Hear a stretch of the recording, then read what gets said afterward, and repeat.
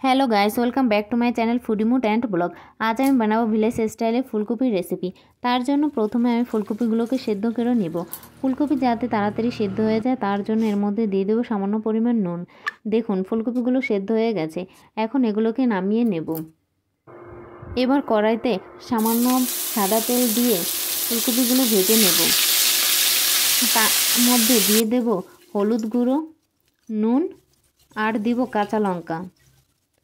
সবগুলো উপকরণ ভালোভাবে মিশিয়ে ভেজে নেব। দেখুন ফুলকপিগুলো ভাজা হয়ে গেছে। এবার দিয়ে দেবো এর মধ্যে পরিমাণ মতো জল। এবার নেড়ে চেড়ে ঢাকা দিয়ে 3 মিনিটের মতো রেখে দেব। ঢাকনা তুলে মাছগুলো দিয়ে দেব। মাছগুলো দেওয়ার পরে আবার নাড়াচাড়া দিয়ে আবার ঢেকে দেব। ঢাকনা তুলে দেখে নেব ফুলকপিগুলো সেদ্ধ হয়েছে কিনা।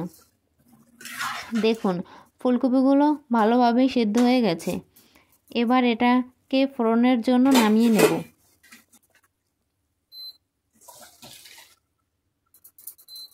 এবার কড়াইয়ের মধ্যে সাদা তেল দিয়ে দেব। আপনারা চাইলে সরিষার তেলও ব্যবহার করতে পারেন। তেলটা গরম হয়ে গেলে এর মধ্যে দিয়ে দেবো রাঁধুনি। রাঁধুনি থেকে ভাজা গন্ধ আসলেই ফুলকপি তরকারিটা ছেড়ে দেব। এবার ভালোভাবে নেড়ে চেড়ে নেব।